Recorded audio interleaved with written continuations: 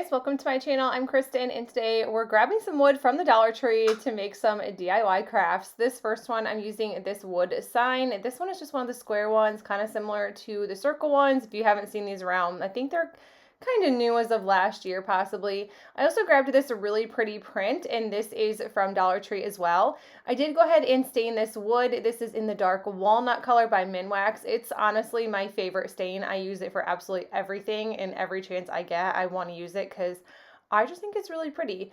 And then I'm just going to go ahead and glue this picture right to the center of this wood sign, and that's honestly all I do for this. I just think this is so pretty, and that wood color looks so great with some of the accents and little details that is in this picture.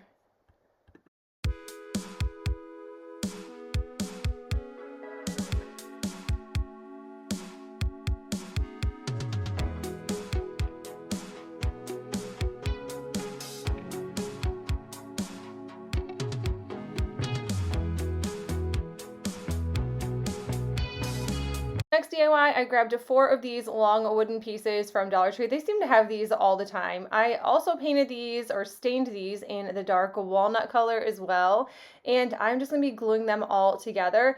And it seems like that the Gorilla Hot Glue does seem to hold up with stains. Sometimes it doesn't. You might just want to grab wood glue. I am the person that just never has wood glue on hand, but wood glue works for all kinds of wood. So if you're going to use a lot of wood projects, pick it up, but hot glue seems to work just fine for me. Now, I did end up having to take these in the house to dry, and that's why I kind of just didn't share the downpouring rainy day in my garage of staining these, but you get the whole point of how to stain. I just use those sponge brushes so I can just throw them away and I don't have to clean anything.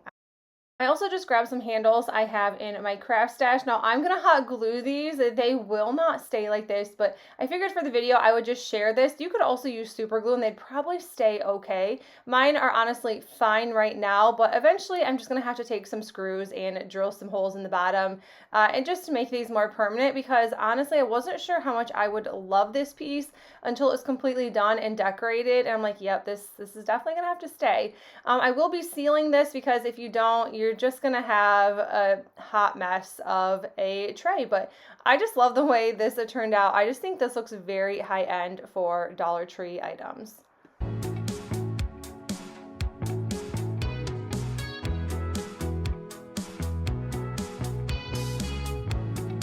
I'm using these other wood pieces from Dollar Tree. Now, since the price of Dollar Tree has gone up to $1.25, that quarter, everyone's like, I don't know why everyone's complaining about that, but you could probably get wood pieces like this way cheaper at a hardware store or somewhere like Lowe's or Home Depot. Like, you can get large fence posts sometimes, like, what are they, 8 foot, and sometimes they're under $2. So honestly, like, this is not a great deal, but if you don't have a saw and you can't cut, honestly, I think that this is worth it if you're going to make something that's going to be more long lasting, because I had to buy 6 of these, and what is it, $4 or $5, and then you add a couple, I mean, this was almost $10 to make.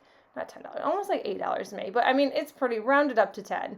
And where you could just get something for cheaper or more inexpensive if you went to Lowe's or Home Depot. And sometimes I think Lowe's will actually cut items down for you. So just keep that in mind, that Dollar Tree, you don't always have to buy things at the Dollar Tree. I know it seems like one of those convenient places, but in the long run, you're probably just wasting a lot more money than you really need to be, like I am. But this thing is cool. I painted all of these black, and I am just gluing them into a perfect square here. You can't really see because I couldn't make my camera any higher than what it already was. But I'm making into this square, and then I'm going to lay this down because I want to make this really cute house. Now, I thought this was fun because, 1, I think it looks pretty high-end looking when it's done, and 2, all these items came from Dollar Tree. My paint also came from Dollar General. Their black chalk paint is the absolute best. Now I'm just gluing one side to the other, and then I am going to be gluing this roof right to that square to make a really cute house. I think this is adorable. I did dry brush it with some white chalk paint just to give it a little bit of something, and honestly, this wood was so hard to cover. I mean, I probably should have sanded it down. I mean, that might have helped just a little bit. but I mean, I kind of like all the little like rough details on here, and that's kind of why I didn't. But overall, I think this turned out absolutely adorable. I love it.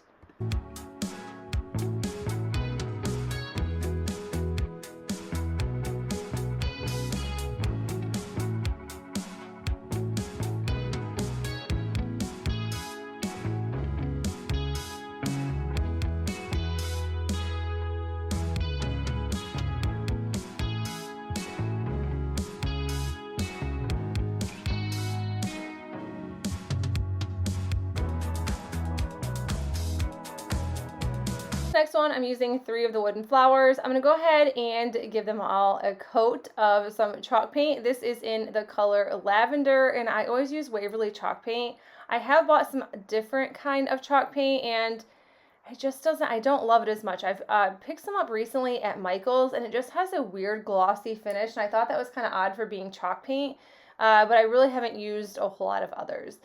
This is the ballet slipper. This is also by Waverly. And then I'm going to go ahead and paint the last one in the color celery. It's just one of my favorite colors, and I didn't feel that I needed to show every painting, every staining move that I made in this video. Sometimes it's kind of fun and relaxing to watch, but then at the same time, I'm like, just get on with the craft, Kristen. Even when I watch my own videos and edit, I'm like, okay, just get along with it. Like, no one wants to see this. I had these little burlap flowers. They came in a pack of something from Dollar Tree. I think I grabbed them over the fall time or even maybe last spring.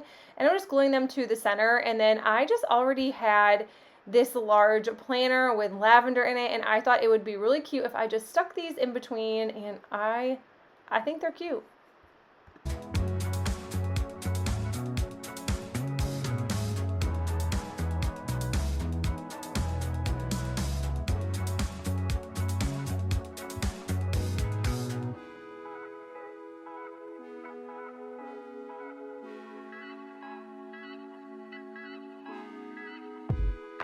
Dollar Tree items do need some help. I grabbed this from a thrift store. It was $1.29, and I'm going to go ahead and just tear off those galvanized pieces because they are no longer welcome on this sign.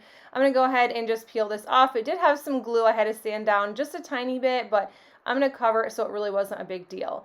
I grabbed this sign or this little wooden frame from Dollar Tree, and then I'm going to go ahead and give it a coat of celery. And I use this so much. I've used it so much lately, but it's spring and I'm making farmhouse decor and all other kinds of decor, and it just seems necessary. My friend Nancy sent me these rub-on transfers, and if I can find them, I'll link them down below, but there's so many different like spring and Easter ones. They are absolutely adorable, and I loved this bird one. So I'm just going to go ahead and add it to the center. And I did add the scissors there so I would know exactly where to put this transfer. I mean, I have the oddest and weirdest like tips and tricks that I use when I craft, but I mean, if you want to know exactly where that rub-on transfer is, you have to put something down at the bottom. And then this is just a little crafter stick. It comes with most rub-on transfers that you get from Amazon, and they're pretty thick and solid, and they seem to work really well, so I don't have to really buy new ones. I don't use popsicle sticks. If you don't have one of these, you can always use like a little Cricut scraper. They do also sell those at Dollar Tree, or you could just use a credit card or whatever your heart desires. And then once that was done, I just went ahead and glued that frame right to the center of the other frame. And I just think this one is the cutest spring decor.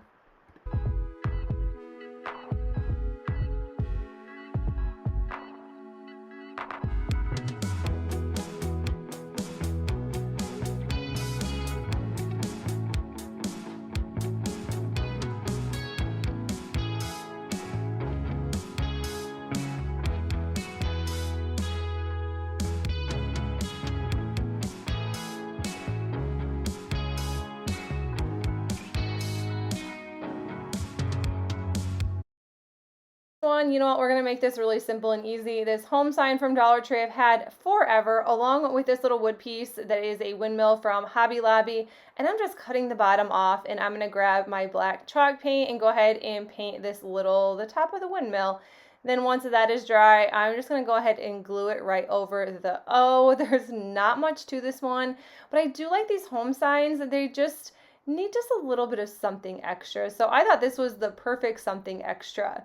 But you guys, that is it for the video. I hope you enjoyed it. And if you did, please make sure you give this video a thumbs up. And if you are new to my channel, I would love you to stick around and subscribe. And until then, I will see you guys in the next one. Bye.